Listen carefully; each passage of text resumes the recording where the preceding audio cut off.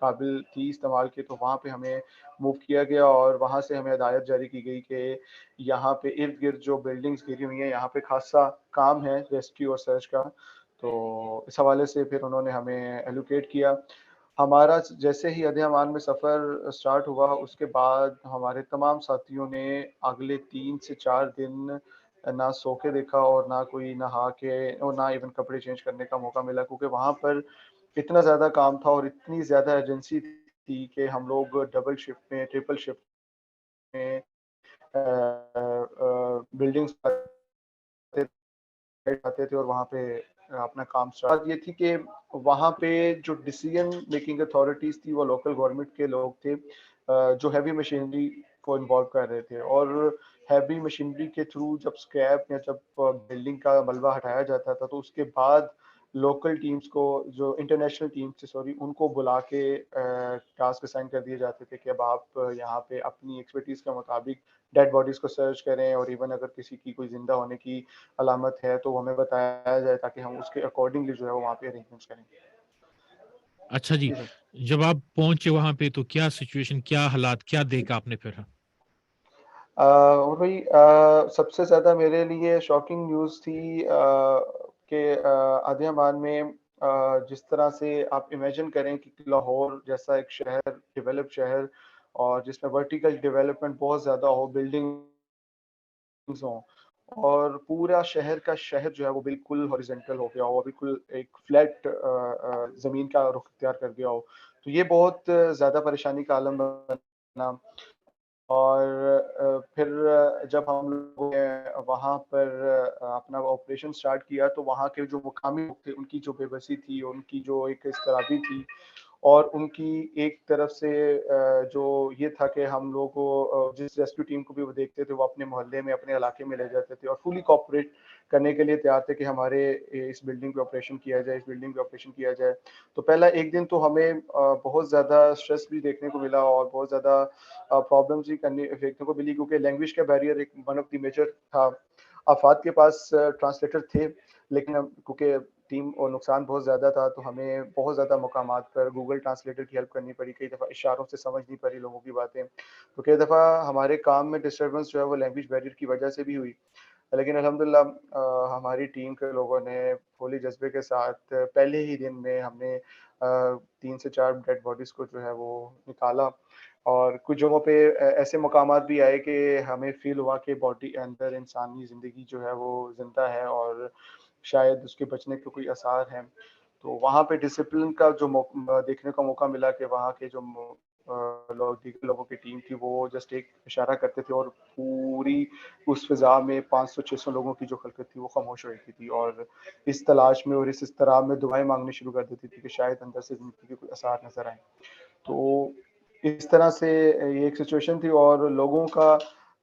جو کیفیت تھی، جو لوگ بچ گئے تھے وہ اپنے پیاروں کی بلڈنگز کے باہر جو ہے وہ کھڑے اس موویز کے ساتھ بیٹھے تھے کہ شاید اندر سے کوئی جو ان کا پیارا ہے وہ زندہ ہونے کی کوئی امید جاگے. اور سارا دن وہ لوگ آگ جلا کے بیٹھے رہتے تھے اور اگر کسی کے بچنے کی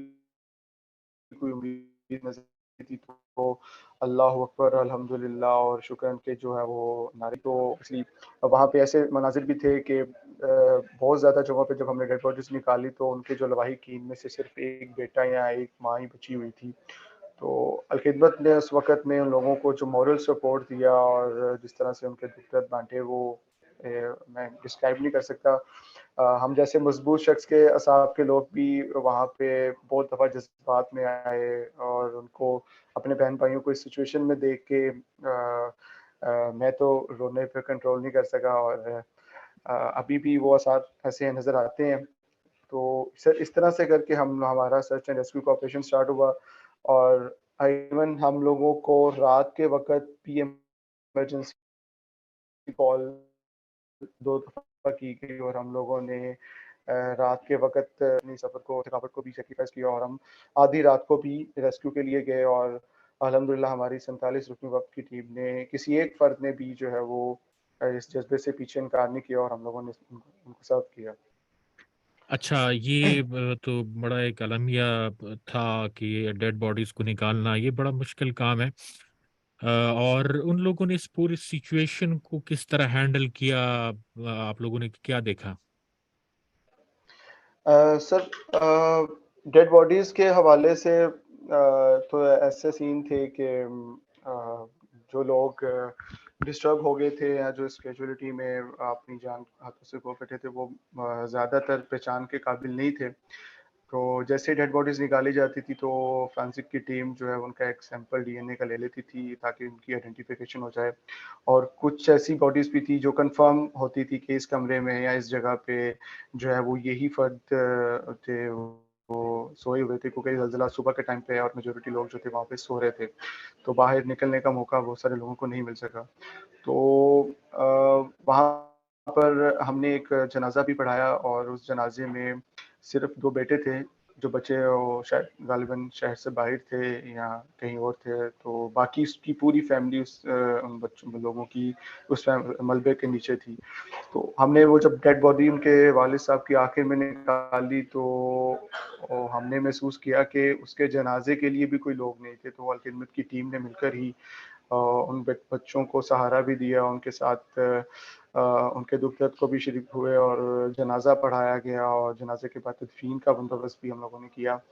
تو ایسا نہیں تھا کہ ان کی فیملی نہ ہو، ایسا نہیں تھا کہ ان کے رشتہ دار نہ ہو، لیکن اس کیجولیٹی میں ان کے رشتہ دار، ان کے محلے دار اور ایسے بہت سارے لوگ جو ان کو جانتے تھے وہ سارے ہی اللہ کو پیارے ہو چکے تھے. ایسے بہت سارے حرکت انگیز جو مناظر تھے وہ ہمیں آئے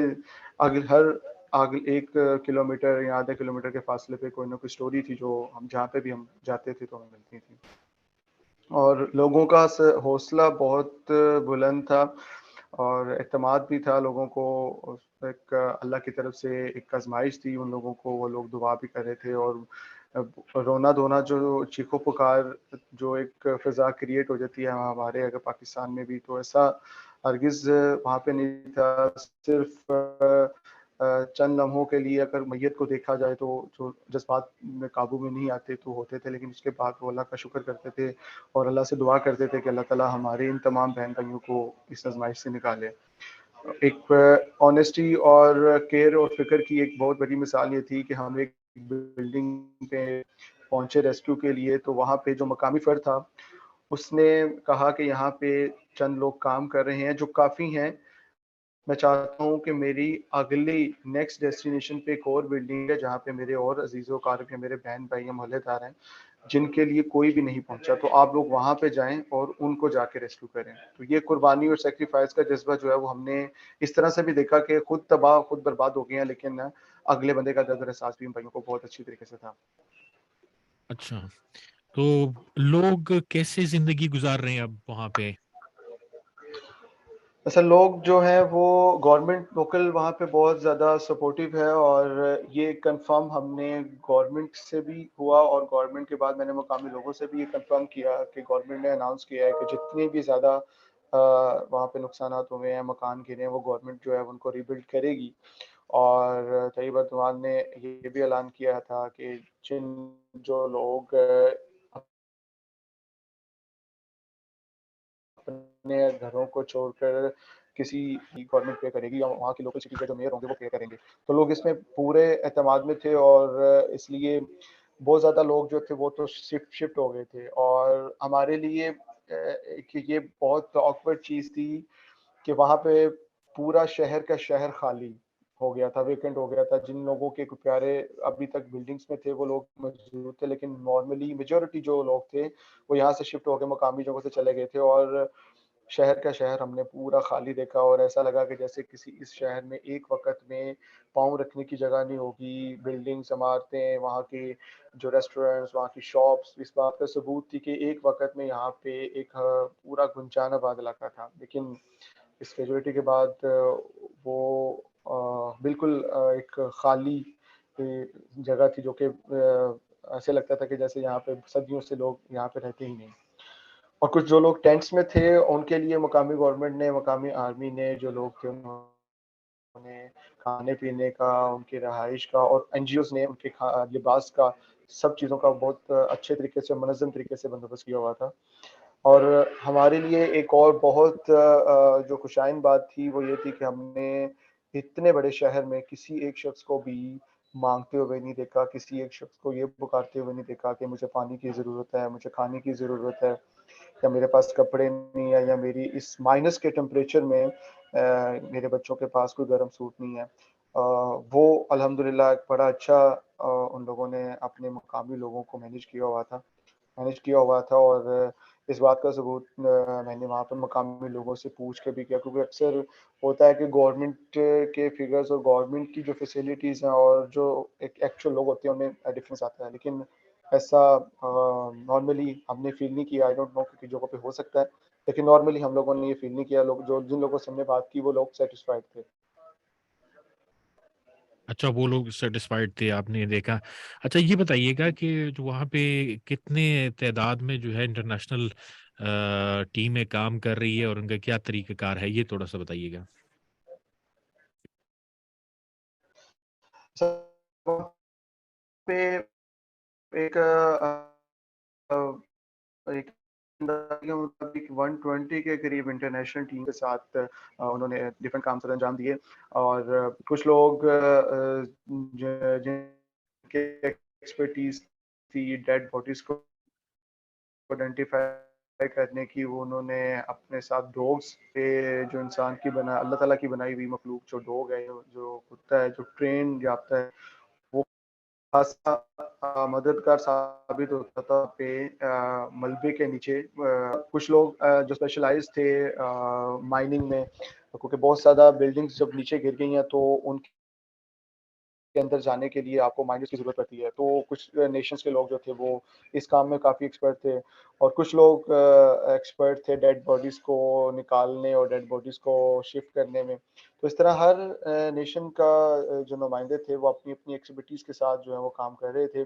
اور ان کا سٹائل یہ ہوتا تھا کہ وہ ایک سائڈ کو، ایک بلڈنگ کو پوری ٹیم پکڑتی تھی، اور جب تک وہ کلیئر نہیں کرتے تھے تب تک وہ اس بلڈنگ سے اگلی بلڈنگ میں موو نہیں کرتے تھے۔ باقی مختلف قوموں کا ڈسپلن دیکھنے کو میں ملا اور ترکی کو میں سمجھتا ہوں کہ اس کرائسس میں ایک جو سب سے بڑا فائدہ ترکی نے جو کمرشلی یا انٹرنیشنل لیول پہ جو اٹھایا ہے یا اس کو ہوا ہے، وہ اس کی ریکگنیشن ہے، اس کی اپنی روایات کو اس نے انٹروڈیوس کروایا ہے ایسی قوموں کے ساتھ جو شاید اس سے پہلے ترکی کو نہیں جانتی ہوں گی۔ مجھے کولمبیا کے آرمی کے لوگ ملے، اور میں نے ان سے پوچھا کہ آپ اس سے پہلے ترکی کو جانتے تھے یا ترکی میں آئے تھے، تو انہوں نے کہا تھا کہ یہ ہمارا فرسٹ ٹائم ایکسپیرینس ہے ترکی کا، اور ہم نے بہت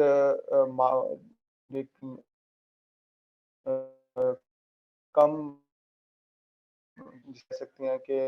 نالج میں ہوگا ہمارے کہ ترکی بھی کوئی ہم وہاں پہ آئے، اور انٹرنیشنلی جو ترکی کی جو روایات ہے، ترکی کے لوگوں کا جو ویلکم ہے، یا ترکی کے لوگوں کی، ترکی کے شہر کی جو ریکگنیشن ہے وہ ان لوگوں کو ملی۔ تو ہوپ فلی اس کے بعد وہ لوگ جب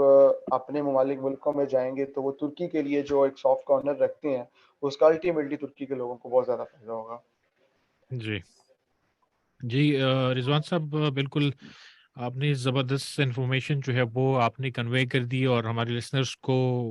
وہ سن رہے ہیں اس وقت، اور بہت زیادہ میں شکر گزار ہوں آپ کہ آپ نے قیمتی ٹائم نکالا، اور اتنی زبردست انداز میں آپ نے اپنے جو ترکی کا آپ کا جو آپ گئے تھے وہاں پہ، اور پوری ڈیٹیل سے آپ نے وہاں کی سچویشن جو ہے وہ بیان کی۔ بہت شکریہ آپ کا۔ جی سر، بہت شکریہ، اور آخر میں سر میں ایک بات ضرور کہنا چاہوں جی گا جی کہ آخر میں ہمارے لیے سب سے بڑی موٹیویشن یا سب سے بڑی ایک سیٹسفیکشن یہ تھی کہ ہم لوگ جب استنبول پہنچے تو وہاں پہ ہماری پاکستانی کمیونٹی جو ہے وہ ہم لوگوں سے بہت زیادہ خوش تھی، جی اسپیشلی پاکستان آرمی سے، ریسکیو 1122 والوں سے، اور ایون الخدمت فاؤنڈیشن کے لوگوں سے بھی۔ جی اس کی ایک میجر وجہ یہ تھی کہ ابھی جو لوگوں کو انٹرنیشنل میڈیا میں انٹرسٹ ہے، تو ریسنٹلی ایک پاکستانی نے ٹک ٹاک ویڈیوز بنائی، اور ٹرکی کے جو مقامی لوگ تھے انہوں نے ایک کمپین چلائی کہ پاکستانیوں کے حوالے سے تھوڑا سا نیگیٹو ایک امیج بلڈ اپ ہوا۔